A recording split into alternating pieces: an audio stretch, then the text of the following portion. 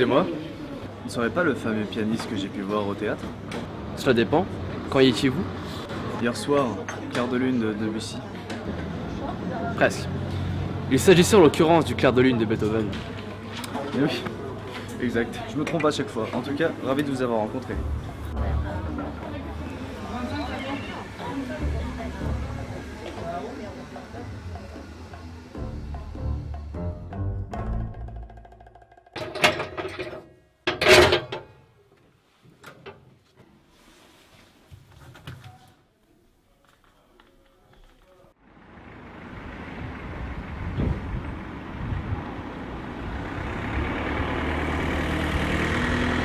Bonjour, monsieur Carr.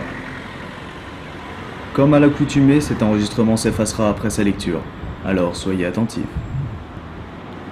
La fiole sur la première photo contient un virus extrêmement dangereux, créé par Andrew Richmond, qui est le propriétaire de la pharmacie face à vous.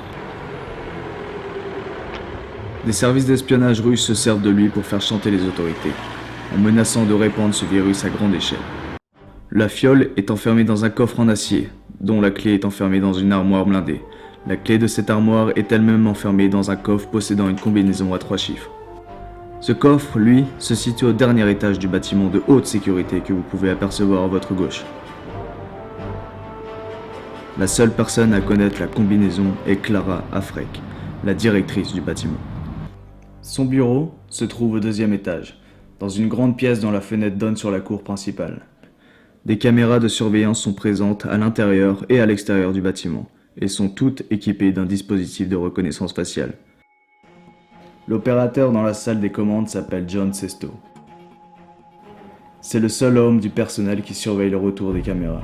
À la moindre suspicion, il est en mesure de déclencher l'alarme, ce qui aura pour effet de fermer toutes les issues du bâtiment en moins de 5 secondes.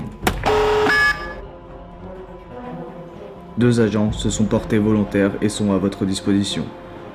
Ils sont tous deux spécialisés dans plusieurs domaines.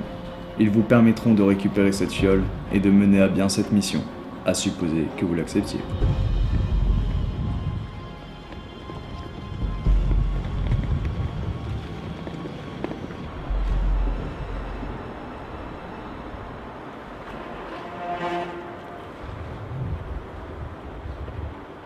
Non.